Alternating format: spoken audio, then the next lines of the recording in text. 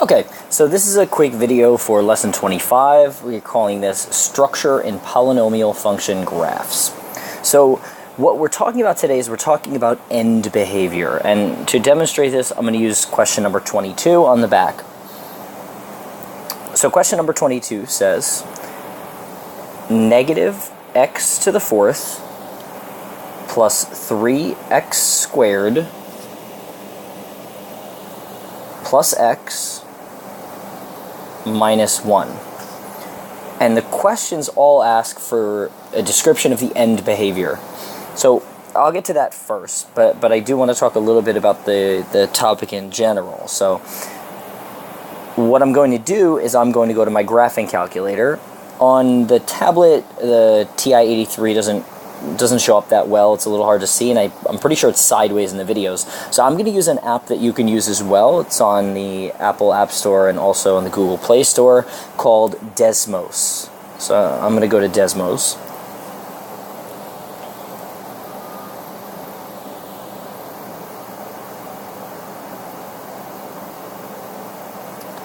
And I'm going to graph this function. So I have to graph negative x raised to the fourth power plus 3x squared plus x minus 1. And now Desmos gives you some nice full color graphs, a little nicer than the TI-83s, but you know, you can get the same picture there as long as you zoom out to the same window. You'll see here that we have 1, 2, I can zoom in on them in case you really want to see these roots.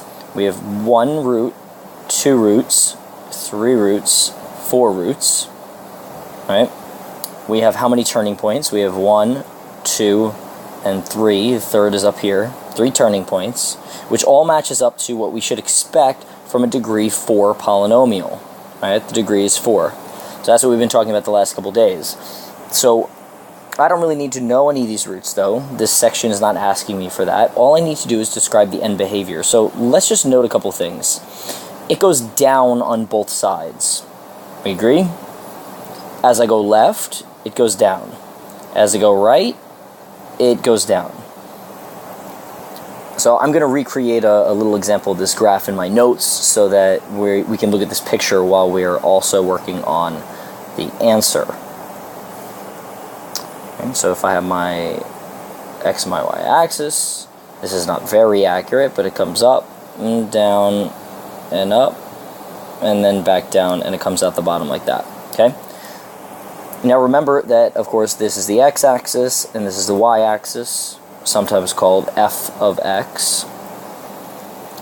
Now as x goes to infinity, we can agree that f of x goes down. Okay, that's down to negative infinity. As x goes left, right, if this is a number line, then negative infinity is over here as we go left.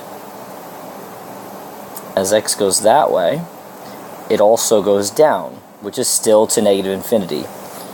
There's always 2 parts to describing end behavior, okay? 2 parts. There's the left, and there is the right.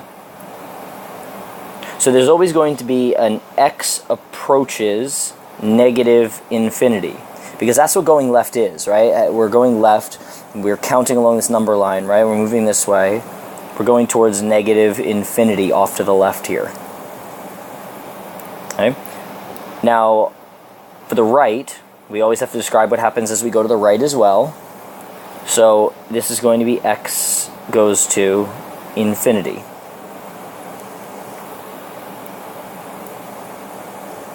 Now as x goes to negative infinity, meaning to the left, we agree that the function goes down. And the way we express that is by saying f of x goes to negative infinity as well. So as we go left, it goes down. On the right-hand side, as x goes to infinity, I'll change my colors because I always like to color code.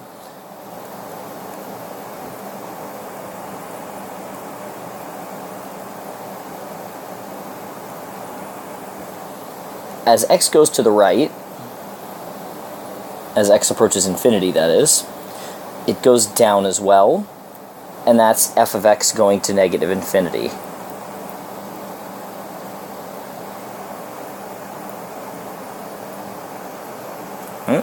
And this is a perfect answer for question number 22. To be honest, you don't have to write the left or right section if you really don't want to. This is full credit what I'm boxing right here. Okay? Remember, it always has two parts.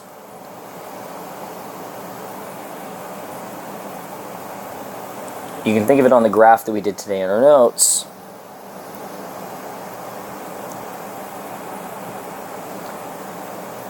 That, of course, this is x, and this is f of x, because that stands for y. That up is f of x going to infinity, and down is f of x going to negative infinity. X going to the right is positive infinity, and x going to the left is negative infinity. So just remember to think of these like number lines, and it should be pretty easy to match these up, because it's really all the x and the y-axis are anyway, with the positives up and the negatives down, etc. Okay? So you can always think of this if you're having trouble with these in your notes, but hopefully the concept makes sense to you as well. If you have any questions, please feel free to contact me, and I'll see you all tomorrow.